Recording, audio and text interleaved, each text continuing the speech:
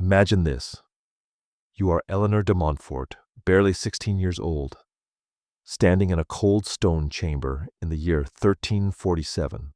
Your wedding dress, heavy with embroidered silk that cost more than most peasants see in a lifetime, rustles against the rough floor stones as you tremble. Tonight is your wedding night, but the man waiting for you in the shadows isn't your only concern. Through the thick oak door, you can hear them gathering outside, their voices growing louder with wine and anticipation. Your new husband, Lord Geoffrey, approaches slowly, his eyes cold and calculating. Behind him, you notice movement in the shadows. They're already here. The witnesses, 6 noble lords, 2 bishops, the royal physician, and your own mother-in-law, all positioned around the chamber like vultures waiting for carrion. This isn't just your wedding night. This is your examination, your trial, your public humiliation disguised as holy ceremony. The heavy wooden shutters creak as winter wind rattles the castle walls. Candlelight flickers across the faces of those who will watch, judge, and document every moment of what should be your most private experience. Your hands shake as you realize the truth. In medieval Europe, your wedding night isn't about love, passion, or even duty. It's about proving your worth as a wife through physical evidence that will be scrutinized, recorded, and used as legal documentation for the rest of your life. What you don't know yet is that this nightmare of public intimacy was standard practice across medieval Europe. From royal palaces to merchant houses, wedding night verification was a legal requirement that transformed the most intimate moments of human life into theatrical performances. The consequences of failure weren't just embarrassment. They were annulment, exile, and social destruction. Think medieval people were sexually repressed? Think again. They made intimacy the business of everyone in ways that would horrify modern sensibilities. Your most private moments were public property, subject to witness testimony, medical examination, and legal documentation. The bedroom was a courtroom where your body was the evidence, and failure meant losing everything you'd ever known. Before we dive into these forgotten stories of survival and suffering, if you enjoy learning about the hidden truths of history, consider giving this video a like and subscribing for more content like this. And please, comment below to tell me where you're listening from. I find it incredible that we're exploring these ancient stories together from different parts of the world, connected through time and space by our shared curiosity about the past. The practice of wedding night verification emerged from the brutal realities of medieval marriage law. Marriage wasn't about love or compatibility. It was a legal contract that transferred property, established political alliances, and determined inheritance rights. But here's what made medieval marriage law uniquely terrifying. A marriage wasn't legally binding until it was physically consummated. Without consummation, there was no marriage. Without marriage, there were no inheritance rights, no political alliances, no property transfers. This created a legal nightmare where the most intimate act between 2 people became a matter of public record. Families who had negotiated marriage contracts worth thousands of acres and hundreds of serfs needed absolute proof that the union was legitimate. The stakes were so high that leaving consummation to privacy wasn't just impractical, it was legally impossible. Eleanor's situation was typical for nobility. Her marriage to Lord Geoffrey united 2 powerful families and secured a strategic alliance worth more than most kingdoms.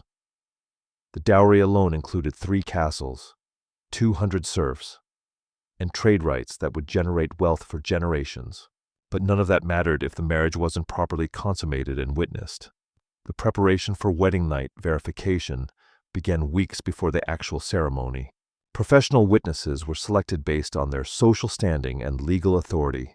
These weren't random observers, they were carefully chosen officials whose testimony would hold up in church courts and royal tribunals. Each witness had specific duties and responsibilities, outlined in detailed contracts. The royal physician examined both bride and groom before the wedding to ensure they were physically capable of consummation. These examinations were clinical and degrading, with the doctor checking for any physical abnormalities that might prevent successful intercourse. The results were documented in official reports that became part of the marriage contract. Bishops provided spiritual authority for the verification process.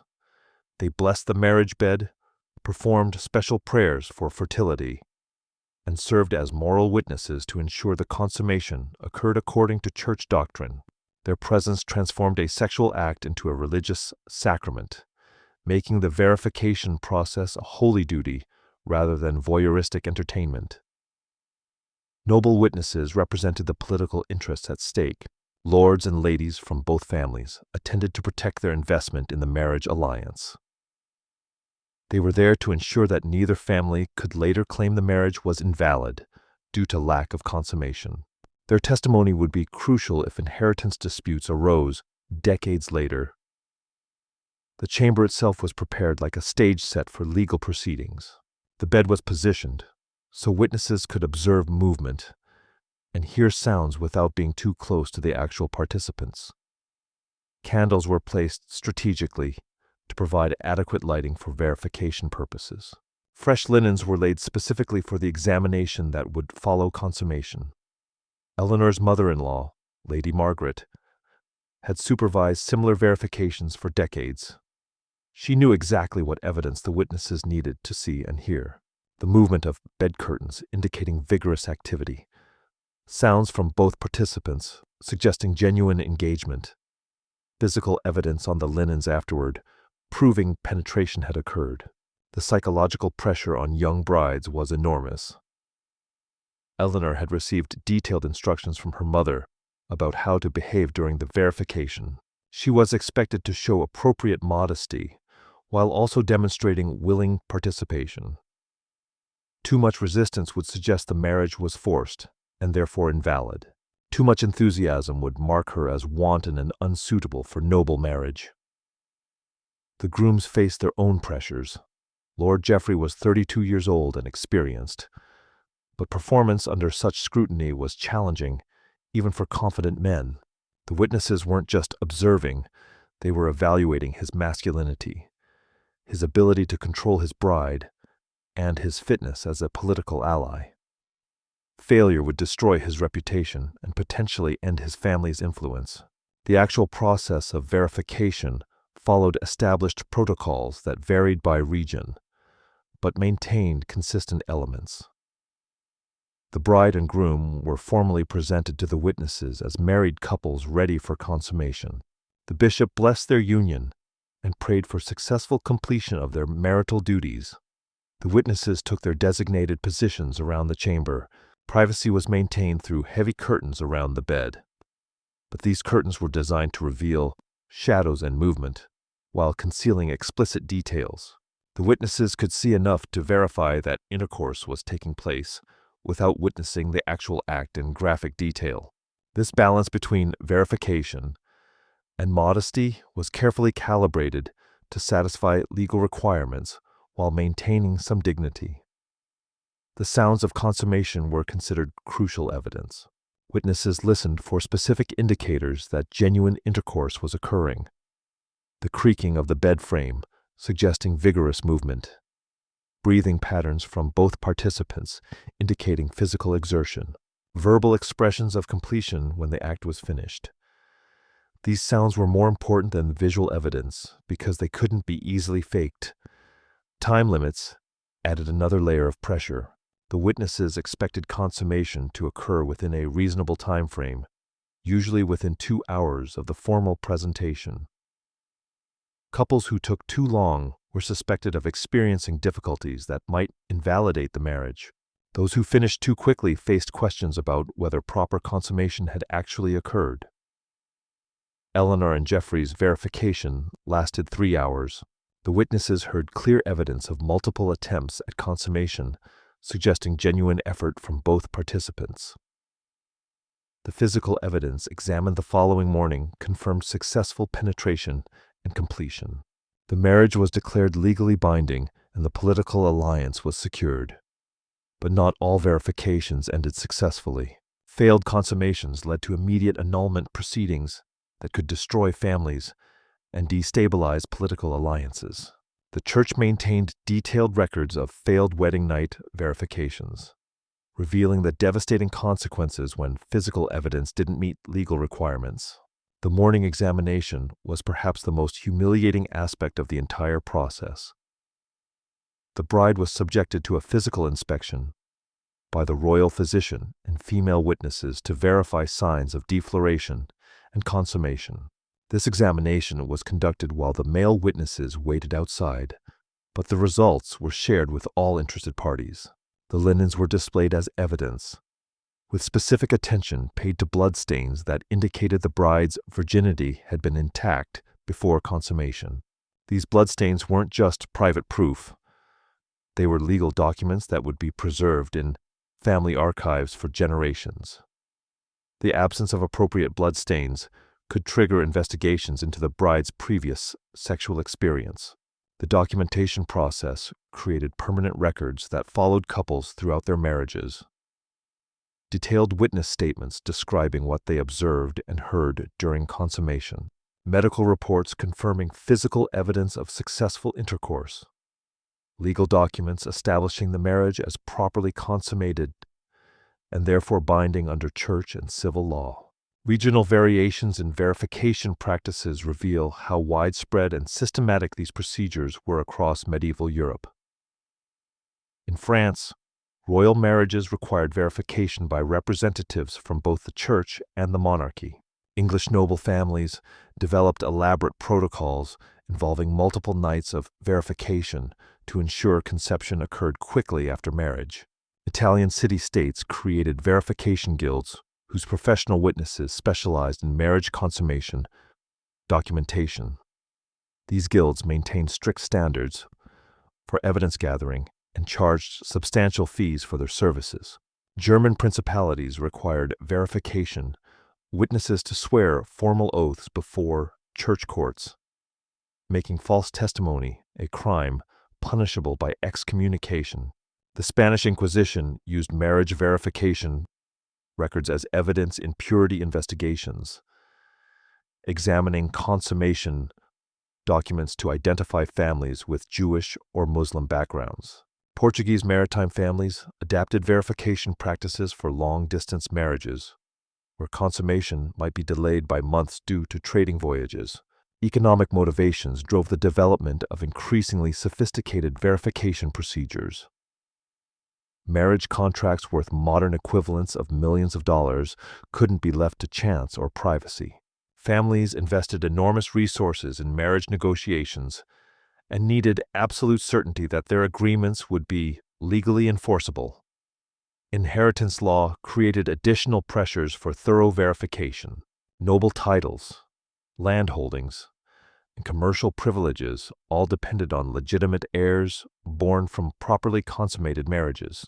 A marriage that could be challenged as invalid would throw entire inheritance systems into chaos, potentially triggering wars between competing claimants. The Church's position on marriage consummation created theological justifications for verification practices.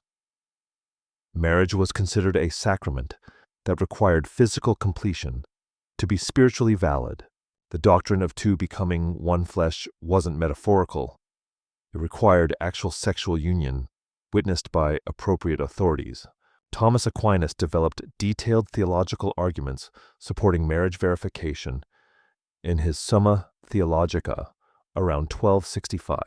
He argued that marriage without consummation was like a contract without consideration, legally meaningless under both divine and human law. His writings provided intellectual foundation for verification practices that would persist for centuries. The psychological impact on participants reveals how verification practices shaped medieval attitudes toward sexuality and marriage. Young brides developed complex strategies for managing the trauma of public examination while fulfilling their legal obligations. Some used meditation techniques taught by religious advisors. Others relied on alcohol or herbal preparations to reduce anxiety. Grooms faced different but equally challenging psychological pressures. The performance anxiety created by public observation led some men to seek medical assistance before their wedding nights. Physicians prescribed various treatments for what they called wedding night weakness, including dietary changes, herbal supplements, and techniques for managing stress. The witnesses themselves developed professional approaches to minimize the traumatic aspects of their duties. Experienced verification. Witnesses learned to maintain appropriate distance while still gathering necessary evidence. They created protocols for respectful observation that balanced legal requirements with human dignity. Training for verification witnesses involved instruction in legal requirements, medical knowledge, and social protocols. New witnesses accompanied experienced practitioners to learn proper procedures. They studied canonical law to understand what evidence would be acceptable in church courts. They received medical education to recognize signs of successful consummation. The development of specialized furniture and architectural features for verification purposes shows how thoroughly these practices were integrated into medieval life. Wealthy families constructed marriage chambers with built-in observation areas that provided witnesses with clear sight lines while maintaining some separation from the bed itself. Verification beds were designed with specific features to facilitate observation and evidence gathering. Curtain systems that could be adjusted to control visibility. Mattresses that would show clear evidence of activity. Linens in colors that would reveal bloodstains effectively.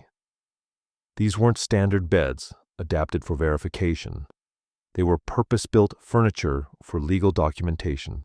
Castle architecture incorporated marriage verification requirements into the design of noble bedchambers. Rooms were sized to accommodate multiple witnesses comfortably. Acoustic features were designed to carry sounds clearly to observation areas. Lighting systems ensured adequate visibility for documentation purposes.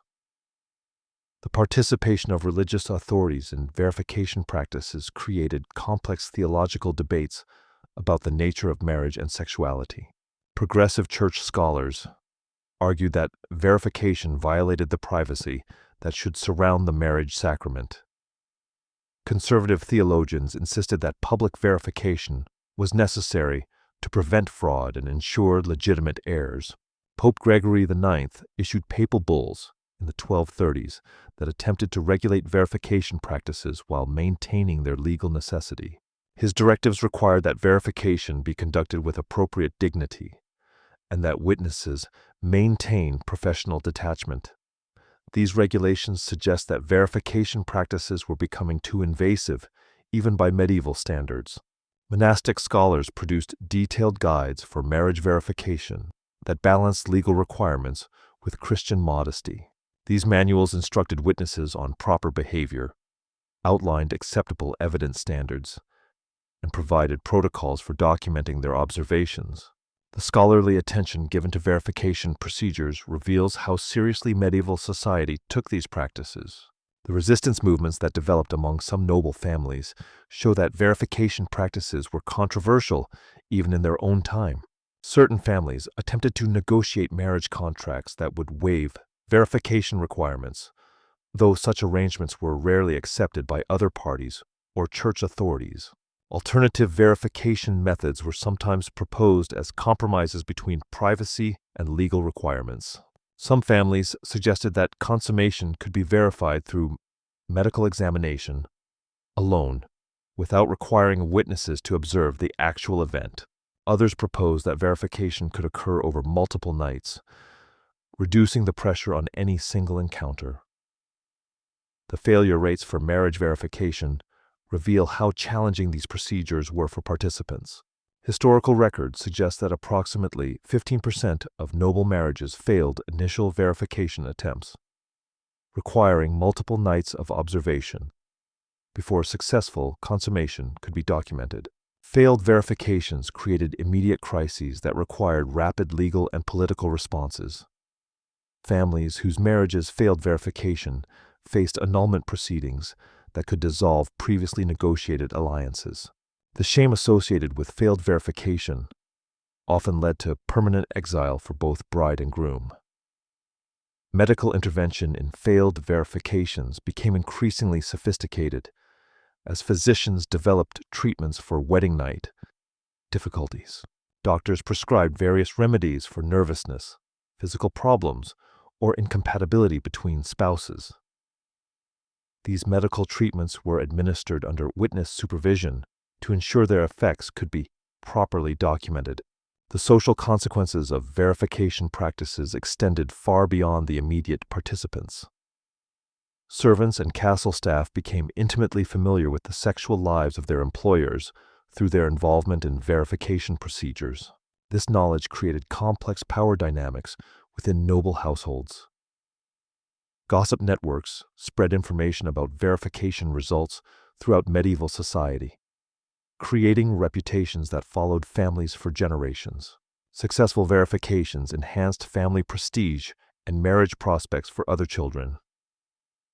Failed verifications became family scandals that affected political standing and economic opportunities.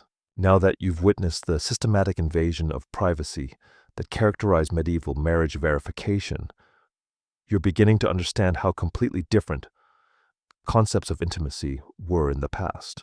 If uncovering these buried truths about how power structures controlled the most personal aspects of human life resonates with your curiosity about real historical experiences, subscribing ensures you never miss these deep dives into history's most guarded secrets.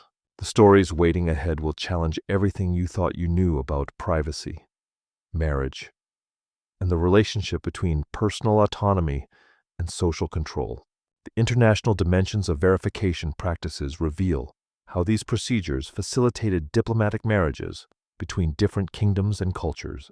When Princess Margaret of England married King Louis VII of France in 1160, representatives from both royal courts attended the verification to ensure the political alliance would be legally binding under both English and French law.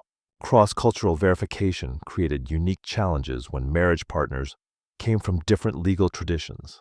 English common law emphasized different evidence standards than Roman civil law used in continental Europe. Islamic marriage law in Spain created additional complications when Christian nobles married into formerly Muslim families. The development of international verification protocols required diplomatic negotiations as complex as the marriage agreements themselves. Treaties specified which witnesses would be acceptable to both parties, what evidence standards would apply, and how disputes over verification results would be resolved. Merchant family verifications developed their own distinct characteristics as commercial wealth began challenging traditional noble dominance. Wealthy traders who married into nobility required verification procedures that satisfied both commercial law and noble customs. These hybrid verifications created new legal precedents that influenced marriage law for centuries.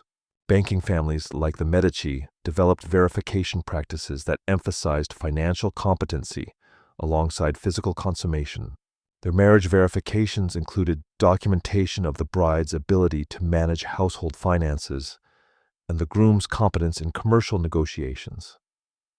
Sexual performance was still required, but it wasn't the only measure of marriage validity.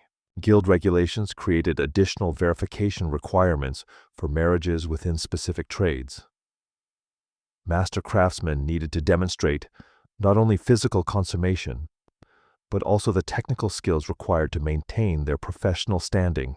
These professional verifications ensured that guild privileges would transfer appropriately to spouses and children. The role of women in verification practices was complex and contradictory. While brides were subjected to intimate examination and observation, experienced women also served as verification witnesses and advisors. Elderly noblewomen developed expertise in marriage verification that made them valuable consultants for other families. Female physicians, though rare, sometimes participated in verification procedures by conducting the medical examinations required before and after consummation. These women walked a careful line between providing necessary medical services and avoiding accusations of impropriety that could destroy their professional reputations. Maternal involvement in verification created emotional trauma that affected mother-daughter relationships for years after marriage. Mothers who participated in their daughters' verification often struggled with guilt about their role in the humiliation, while daughters resented maternal cooperation with degrading procedures. The training provided to young women in preparation for verification reveals how thoroughly medieval society prepared brides for public examination. Noble daughters received explicit instruction in how to behave during verification, what responses were expected, and how to manage the psychological stress of observation. Marriage preparation included detailed discussions of anatomy, sexual techniques, and the evidence that witnesses would be seeking. This education was far more explicit than anything provided to unmarried women, creating a stark divide between maiden ignorance and bridal knowledge. Religious instruction for verification focused on the theological significance of consummation while providing practical guidance for enduring the examination process. Church advisors taught meditation techniques, prayers for strength, and spiritual frameworks for understanding verification as religious duty rather than personal humiliation. The development of verification ceremonies shows how medieval society ritualized and formalized the most intimate aspects of human life. These weren't crude observations by drunken relatives. They were carefully orchestrated legal proceedings with established protocols, formal documentation, and professional standards. Ceremonial elements included blessing of the marriage bed by religious authorities, formal presentation of bride and groom to assembled witnesses, recitation of prayers for successful consummation, and structured observation periods with designated roles for each participant. The aftermath ceremonies were equally formalized, with official examination of evidence, witness testimony recording, documentation preparation, and formal declaration of marriage validity. These procedures transformed sexual intercourse into a legal sacrament, with binding consequences for all participants. Seasonal variations in verification practices reflected medieval beliefs about fertility, conception, and optimal timing for sexual activity. Spring verifications were considered most favorable because increased daylight was thought to enhance fertility. Winter verifications required additional planning due to cold temperatures that might affect performance.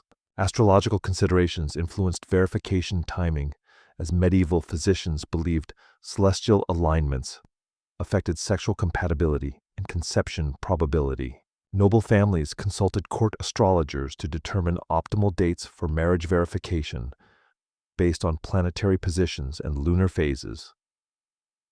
Religious calendar restrictions created complex scheduling challenges for verification ceremonies.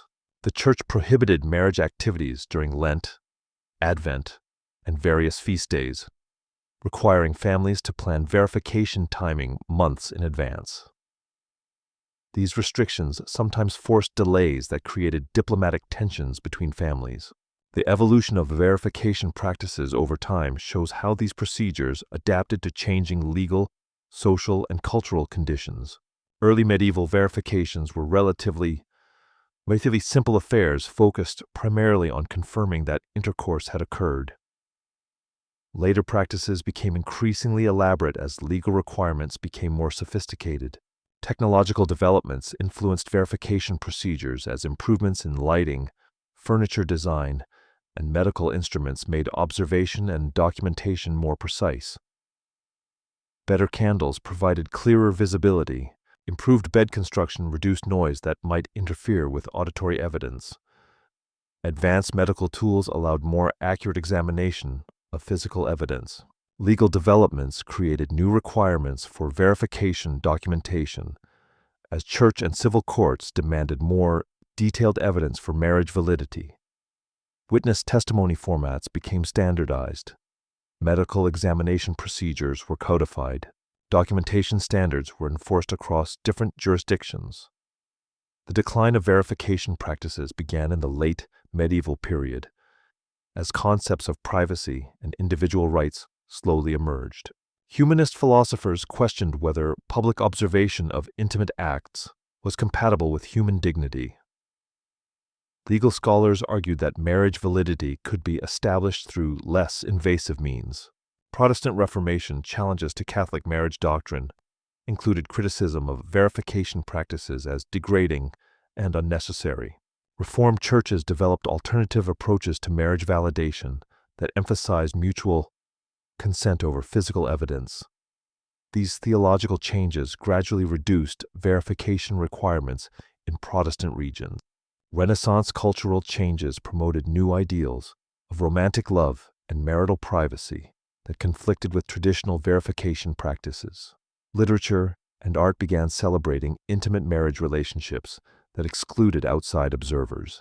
These cultural shifts created pressure for more private marriage customs. Economic changes reduced the political importance of noble marriages as centralized monarchies decreased the power of feudal alliances.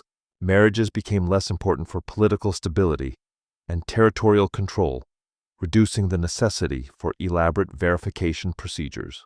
Legal system development provided alternative methods for establishing marriage validity and inheritance rights that didn't require physical evidence of consummation. Improved record keeping, standardized documentation, and professional legal services made verification redundant for many legal purposes. The psychological legacy of verification practices influenced European attitudes toward sexuality and marriage for centuries. After the procedures themselves were abandoned, concepts of marriage as public institution rather than private relationship persisted long after verification ended. Cultural memory of verification practices created lasting associations between sexuality and shame that affected how subsequent generations approached intimacy and marriage. The idea that sexual activity required external validation became deeply embedded in European consciousness. Legal precedents established during the verification era continued to influence marriage law and inheritance rights well into the modern period. Many contemporary legal concepts about marriage validity, consummation requirements, and spousal obligations trace their origins to medieval verification practices. Social stratification patterns established through verification procedures helped maintain class distinctions by creating different marriage standards for different social groups. Noble verification requirements emphasized the special status of aristocratic marriages while excluding lower classes from similar legal protections. The documentation produced by verification practices provides modern historians with unprecedented insight into medieval sexuality, gender relations, and social structures.